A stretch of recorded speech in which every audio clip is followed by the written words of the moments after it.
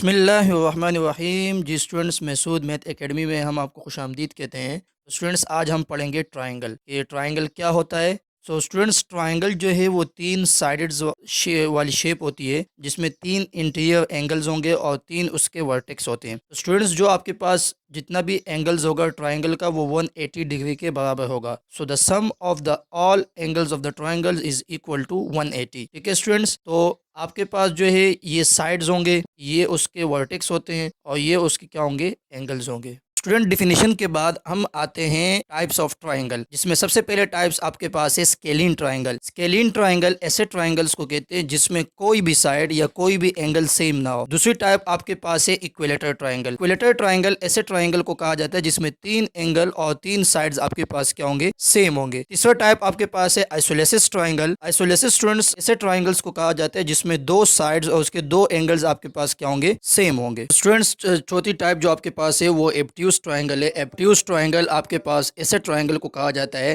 कि जिसमें एक एंगल आपके पास जो है वो ग्रेटर देन 90 बने। ठीक है स्टूडेंट्स, इसके बाद आपके पास है एक्यूट ट्रायंगल। एक्यूट ट्रायंगल ऐसे ट्रायंगल्स को कहा जाता है कि जिसमें तीन एंगल जो है वो लेस देन 90 के बने, तो उसको हम कहते हैं एक्यूट ट्रायंगल। स्टूडेंट्स, उसके बाद जो है वो राइट एंगल ट्रायंगल है। तो राइट एंगल ट्रायंगल ऐसे ट्रायंगल को कहा जाता है कि जिसमें एक एंगल आपके पास क्या हो, 90 हो, यानी एक एंगल 90 का बने, बाकी एंगल 90 से छोटे बनेंगे, क्योंकि टोटल एंगल जो आपके पास है वो 180 के इक्वल होता है। तो उस स्टूडेंट्स, उस ट्रायंगल्स को हम क्या कहते हैं, राइट एंगल ट्रायंगल। ऑब्लिक्यूट ट्रायंगल ऐसा ट्रायंगल होता है कि जिसमें आपके पास 90 का एंगल तो नहीं बन सकता, आप एक्यूट एंगल बन सकते हैं या ऑब्ट्यूज एंगल बन सकते हैं। तो ऐसे एंगल जिसमें आपके पास 90 का एंगल नहीं बन रहा हो, लेकिन उस ट्रायंगल के अंदर अगर ऑब्ट्यूज एंगल बने या एक्यूट बने, उस तरह से ट्रायंगल को हम क्या कहते हैं, ऑब्लिक्यूट ट्रायंगल।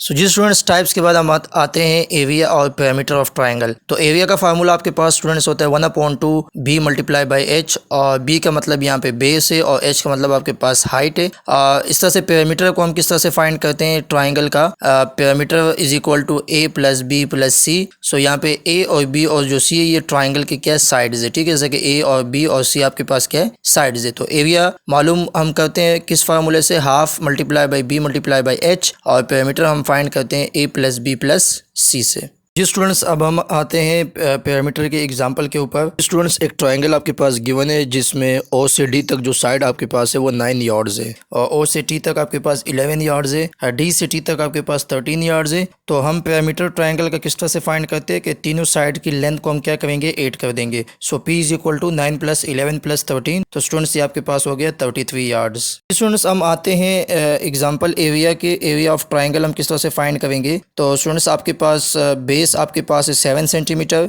और हाइट यानी जो आपके पास है वो है 4 सेंटीमीटर। ठीक है स्टूडेंट्स, तो अब हम एरिया का फार्मूला आपके पास होता है B multiply by H divided by 2 या 1/2 बी मल्टीप्लाई बाई एच। तो स्टूडेंट्स, आपके पास बी की वैल्यू 7 है, एच की वैल्यू 4 डिवाइडेड बाई 2। तो 7 4 ज़ा 28, और 28 को हम 2 से डिवाइड करेंगे तो स्टूडेंट्स आपके पास कितना आएगा, 14। अब चूंकि एरिया जो आपके पास होता है उसका जो यूनिट होता है वो मीटर स्क्वायर सेंटीमीटर स्क्वायर, तो ये इसमें होता है। तो एरिया इज इक्वल टू आपके पास आ गया 14 सेंटीमीटर स्क्वायर। चूंकि यहाँ पे यूनिट जो आपके पास है वो सेंटीमीटर में है, यानी लेंथ आपके पास सेंटीमीटर में है। अगर ये मीटर में होता तो हम क्या लिखते हैं, मीटर स्क्वायर।